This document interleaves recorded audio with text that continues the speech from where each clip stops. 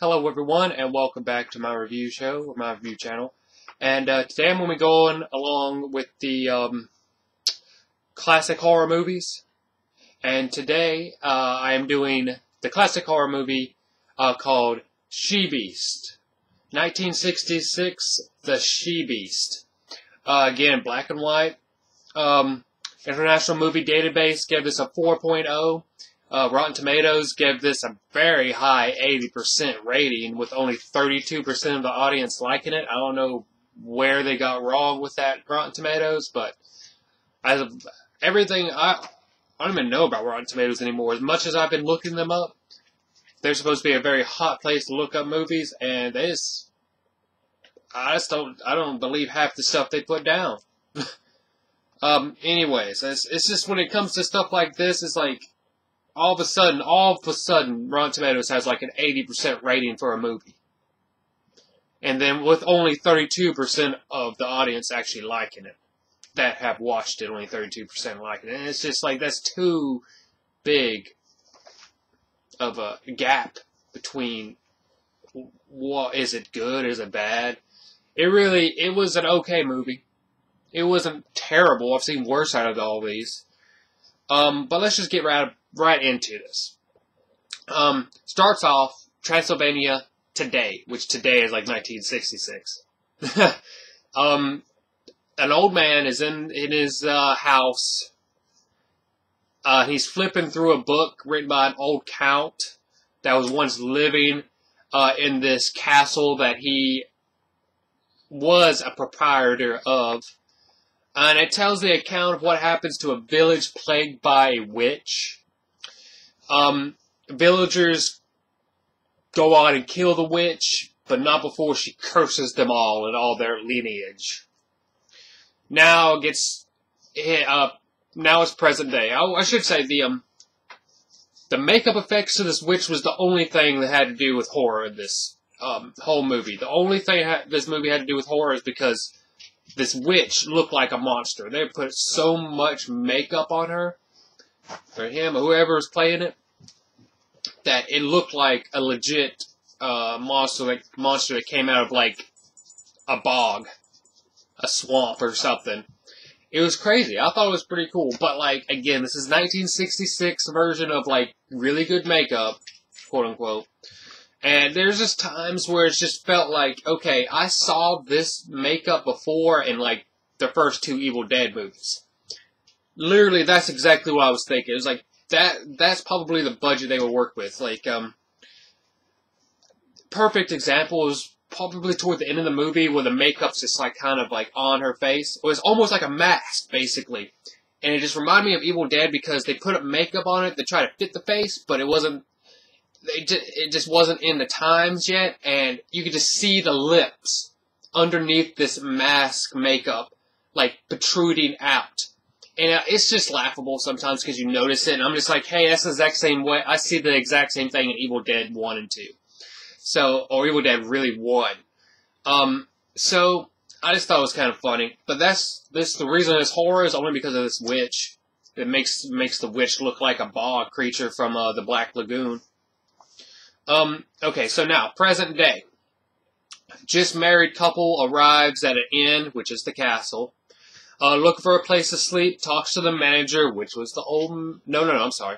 Talks to the manager. The manager is, oh man, I can't believe I didn't write it down first thing. Oh man, I could have swore I wrote it down. Groper. This manager, Groper, which is a very good name for this dude, because he's not a good guy. He's not one. He's going to. I should say this guy is also the man who plays this man, Groper, manager Groper. He played in Little Shop of Horrors that I've already reviewed with you guys. The original Little Shop of Horrors, the old school one with Jack Nicholson. He played the shop owner. The florist shop owner in that movie. And he kind of plays the same kind of route, like a evil, mischievous kind of guy who's just looking out for himself. And I swear to God, he has the same goatee in this one, too. A lot of people just don't like changing their like facial hair and nothing when it comes to the old ways. It's like, yeah, I like my sweet mustache or goatee or beard. I'll just keep it with every film for like the next decade. Anyways, the just married couple comes to the inn, which is the castle, talks to the manager Groper. Then later, the owner, Count Van Helsing, is going there. It just went there.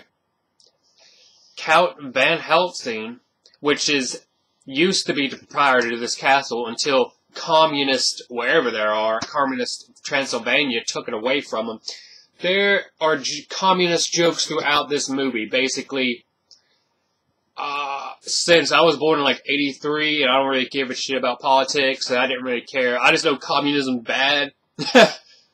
But I don't know, like, all the jokes when it comes to, like, communist jokes. It's just, like, the state, like, the government or the state takes everything away because they own it. And they decide if they let you have anything. But basically, the government took away Van Helsing's castle from his ancestors, which is basically his castle. But they took it away from him because it's communist. And he doesn't own it. He could just, like, be a proprietor of it, but not an owner. So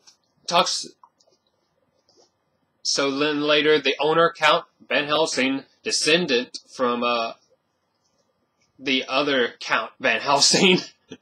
Later that night, the husband, Philip, that's his name, catches manager being a peeping Tom, and he beats him up. Basically, manager Groper. They're about to have their honeymoon. Their honeymoon suite is completely, a piece of crap. And for the new married couple, they're at this inn, and the manager Groper is basically being a peeping Tom, and the husband catches him and beats the tar out of him, and just leaves him there. I swear to God, it almost looked like he killed him, because the dude bashes the back of his Groper's skull onto his brick wall, and you see what could be blood coming out of it, and he just smashes it.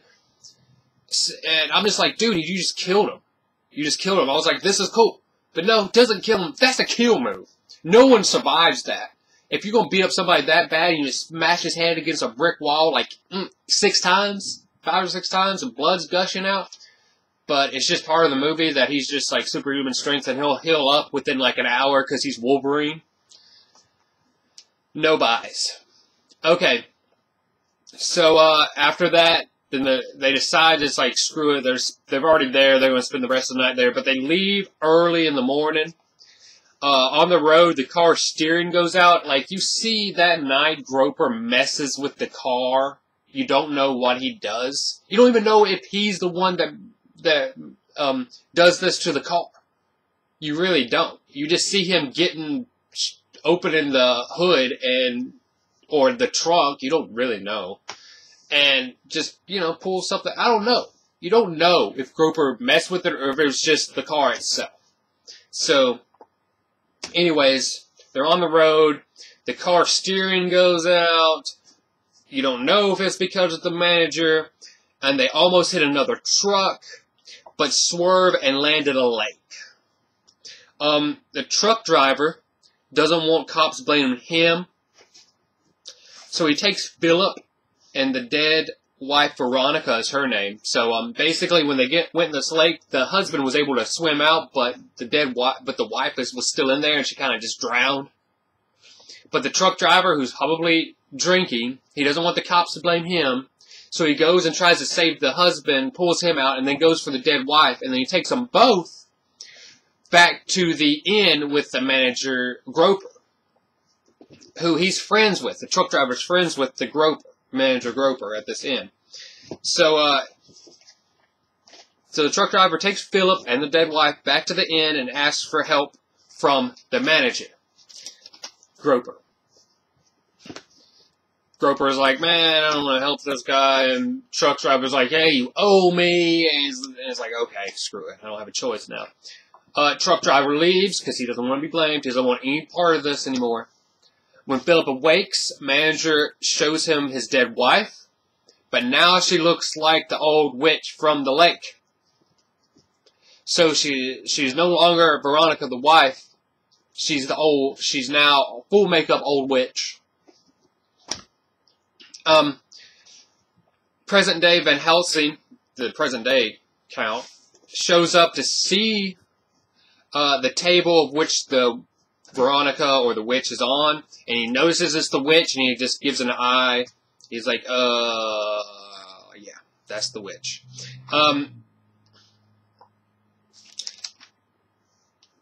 Table gets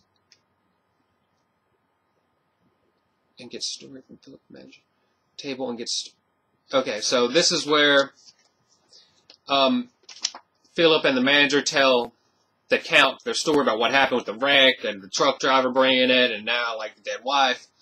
Van Helsing takes Philip to his home to account exorcism rites to help his wife come out of being the witch. But Philip leaves on his own to find help himself, basically trying to find the cops. And he doesn't believe in this whole like exorcism thing. He doesn't know who that is on the table, but it's not his wife. And he doesn't believe this story of the witch and everything, because that's the lake. Basically, the lake they fell in was the same lake they killed the witch in. That's what they're doing with this. So now the witch is taking over Veronica's body.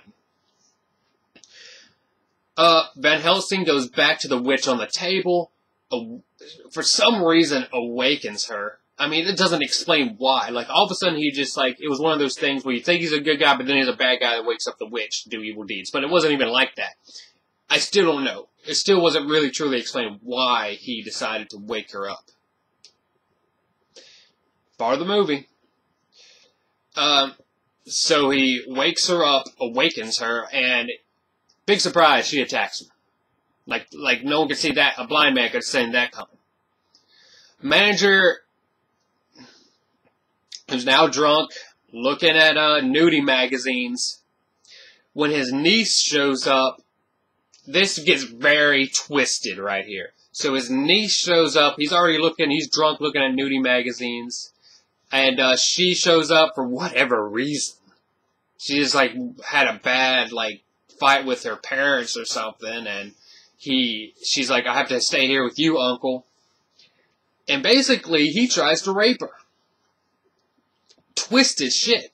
Not only are they family, but yeah, that's pretty much like, he tries to rape her. But she's able to flee, she's able to get away from that. Manager Groper calls her back. He's like, come on back, where you going? Yeah, we're having fun. But then he gets surprised by Philip, and the manager Groper accidentally hits Philip over the head with his beer bottle. This, again, it looks like it could be a liquor bottle, too.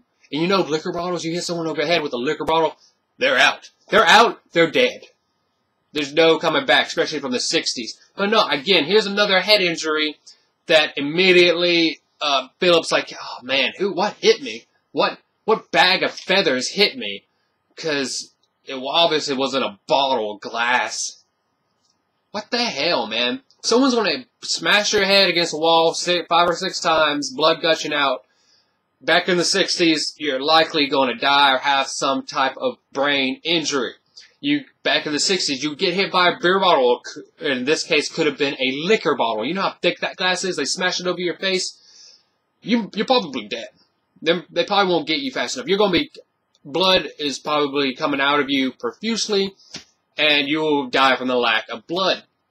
Not here. Not in this fictitious world. You heal up like Wolverine, and you're ready to go about your day. So Van Helsing awakes, because the witch didn't kill him for some reason. Van Helsing awakes, walks outside to find Philip alive. Van Helsing picks him up, and they leave to find his wife as the witch. They try to find her. Basically, he goes on to say about how the witch is going after people who's already been cursed, which is whole land of like old-ass families of ancestors. So the witch is just going into town, I guess, going into town to go to town on these people. Witch's first kill is the manager, Groper. Because anyone can see that like the moment you know he was being like very evil about to rape this girl, you know he was marked as dead. He was pretty much marked as dead. So the witch's first kill is the manager Groper. And then she goes into town to go to town on these people. And almost kills a young boy who's like watching this cockfight. Yeah, I do believe if you want to see a legit cockfight on film, this probably is it. There is a legit, doesn't happen, just like a quick shot, and it shows a dead rooster. And I do believe this is a legit dead rooster. No lie, no prop here. I do believe this is a legit dead rooster right here, just on film. Dead animal. Different time back then in the 60s. They could, it wasn't really too many animal rights on film back then, so you could really get away with, I remember a bunch of Three Stooges comedies. I know I'm getting off track here, but it just makes me think of like Three Stooges comedies, where it's just like, there's this instance where the Stooges, and I think it was probably Curly, he had this big hose in his hand, and there was this parrot who was always being like a comedian in this one part, and it shoots the hose onto the parrot and just lobs the parrot off. Completely hilarious, but not a prop. That was a real parrot. And I was like, dude, that's hilarious. Anyways, back to this movie. I do believe that was a legit dead rooster, chicken, whatever you want to say, for a real cockfight that was probably going on. So, the witch, there's this kid watching from outside of this house, the cockfight, from like a window, which, good job. Nowadays, won't be seeing that happen, and cops be pulling up. But, the witch sees this, broad freaking daylight, but, like, no one's around in town except this one boy on the street. She is about to kill this boy, and, but that's when Philip and Van Helsing show up and see the witch. They're in town looking for her, and Philip finds her and fights her to the ground right before she's, like, she's attacking this, young boy. Philip attacks the witch, by surprise as her, fights her to the ground while Van Helsing injects her with this, tranquilizer, you could probably guess it is. After that, Van Helsing and Philip take her back to the hotel, which is the castle, the inn, and put her in a chest with ice blocks. For whatever reason, just to keep her cold and keep the tranquilizers inside of her, and not to let her warm up, so the tranquilizers will, stay in her body, and keep her cold, so to keep her docile and asleep. Meanwhile, driver, who's in jail now, sees the body of his friend, Manager Groper, come into the morgue, which is the same place as the police station here. Again, this is more jokes about the communist state that they're in. The cops are making jokes about it's not about being communist, but it's communist jokes undertones here. Full of them. So the truck driver is in jail, sees his friend, Mr. Groper, come in and, like, the morgue. And he tells the cops about the woman what happened with him and the husband and wife. Because he believes that, like, that's pretty much what happened to his friend. He's afraid. He doesn't want that to happen again. The cops with the truck driver go to the inn, the castle, and find the witch in an ice crate, because they could just walk in, it's communist wherever, and they could just do what they want. And so they just walk in, they find the ice crate, they take her out to the morgue. They take the witch out of the ice crate and take her to the morgue.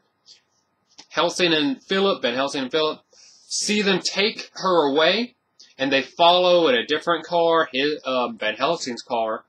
They end up stealing the car at the morgue with the dead witch inside.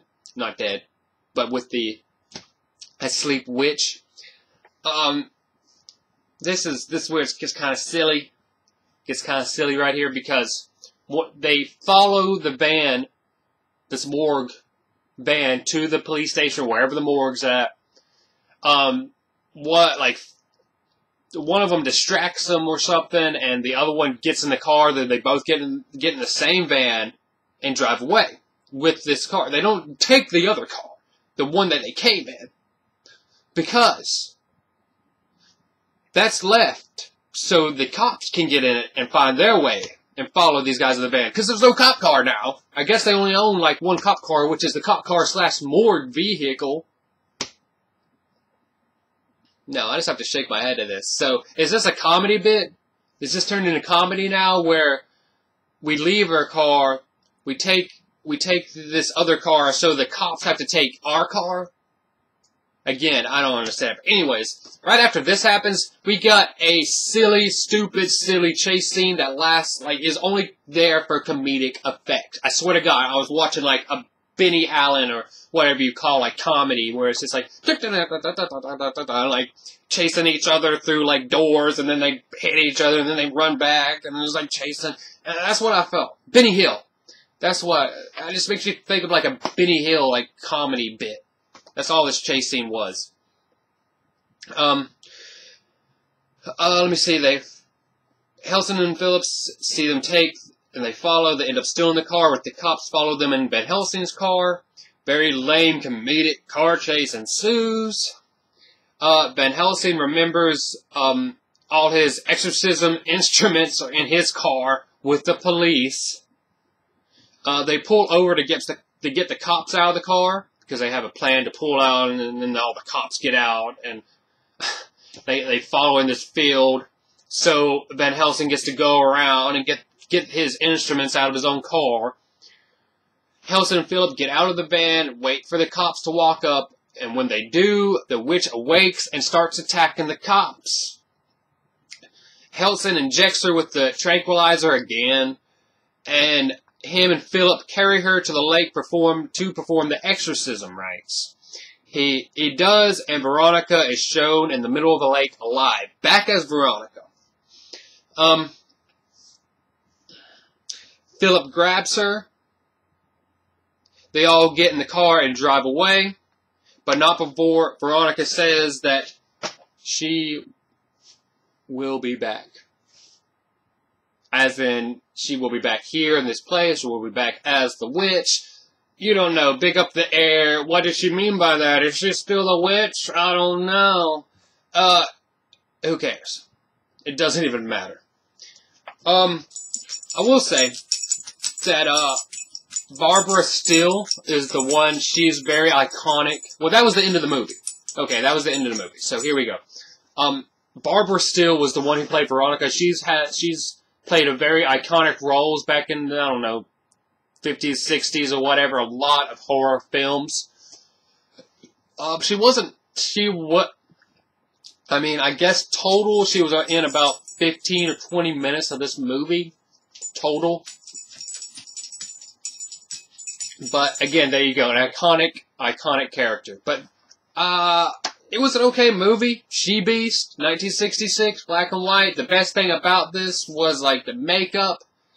And it was just kind of funny to see that most of the time. But, you know, if you don't mind watching stupid comedy stupid horror comedy that involves comedy about, like, communism, with, like, bits of communist jokes right there, there you go. This is all up your alley. But anyways, I guess it's really an iconic movie, She-Beast, 1966, so it was okay. It's better than a lot of the other stuff, but I'd rather see Little Shop of Horrors again. Anyways, that was it. This went on long enough. Thank you guys very much for your time. Thank you guys for watching. I will see you. Wait, that's right. I can't do this can't leave without knowing what the next movie is. Got the bag. What's the next movie gonna be? Slowly, we're getting there. It's gonna pop up. Nosferatu is coming. Nosferatu is coming, dude. That's the move, and we'll see when that is. Okay. All right. 1977. So we should have a full color movie here. We'll see if this is gonna be a horror or not. This title, it could go either way. But yeah, here we go. Thank you guys very much for watching. Thank you for your time. And I'll see you guys again very soon. Next movie. Alright.